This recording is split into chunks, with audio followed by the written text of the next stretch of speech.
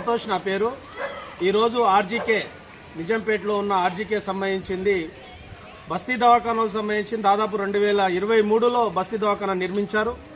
బస్తీ దవాఖానా నిర్మించినప్పటి నుంచి ఇప్పటి వరకు ఇక్కడ స్టాఫ్ నర్సు కానీ అదేవిధంగా డాక్టర్ కానీ కేటాయించకపోవడం సిగ్గుచేటు.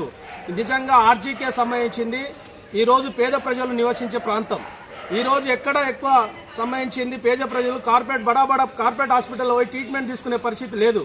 కాబట్టి బస్తీ దవాఖానా సంబంధించి ఖాళీగా ఉన్న పోస్టులు ఏవైతే ఉన్నాయో డాక్టర్ పోస్టులు కావచ్చు, అదేవిధంగా స్టాఫ్ నర్సు పోస్టులు కావచ్చు, వెంటనే భర్తీ చేయాలని చెప్పేసి కలెక్టర్ గారికి మేము విజ్ఞప్తి చేస్తా ఉన్నాం.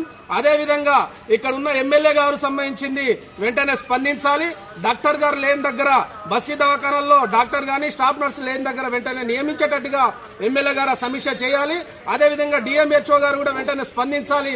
అదేవిధంగా ఈ రోజు ఆర్జీకేలో సంబంధించింది సీజన్ వ్యాధులతో అనేక బాధలు పడతా ఉన్నారు.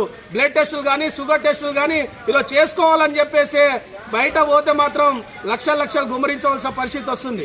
కానీ ఈ నార్మల్ అయిన వైద్యం కూడా చేయడానికి ఇక్కడ బస్తీ దవాఖానాల్లో డాక్టర్ గానీ స్టాఫ్ నర్సు లేకపోవడం సిగ్గుచేటు. కాబట్టి ఇప్పటికే రిపోర్ట్ రాసుకుంటా ఉన్నారు.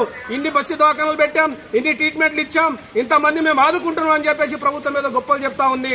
ఈ రోజు ఆర్జీకే ప్రగతి నగర్ లో ఉన్న ఆర్జీకేలో ఈ రోజు డాక్టర్ లేరు, స్టాఫ్ నర్సులు లేరు. మీరు రిపోర్ట్ రాసుకుంటే అది కాగితాలకు మాత్రమే పరిమితం అవుతుంది తప్ప ఈరోజు ప్రజల ఆరోగ్యానికి మాత్రం ఏది కూడా ఉపయోగపడట్లేదని చెప్పేసి కూడా మేము భావిస్తా ఉన్నాం. కాబట్టి ఆర్జీకేలో ఉన్న సమస్యల్ని ఈ రోజు బస్తీ దవాఖానాలో ఉన్న సమస్యల్ని పరిష్కరించాలి. ఇక్కడ జ్వరాలు వస్తే డోలో టాబ్లెట్ గానీ పారాసెటమాల్ టాబ్లెట్లు గానీ సర్ది అయితే టాబ్లెట్లు గానీ ఏవి కూడా ఇవ్వకుండా ఈరోజు డాక్టర్ గానీ స్టాఫ్ నర్స్ గానీ లేరు. ఈ బస్తీ దవాఖానా ఈ రోజు క్లోజ్ చేయడంతో ఉద్దేశంలోనే ఆ ప్రభుత్వం ఉన్నట్టుగా మేము భావిస్తా ఉన్నాం. కాబట్టి క్లోజ్ చేసిన సరి ఉండం.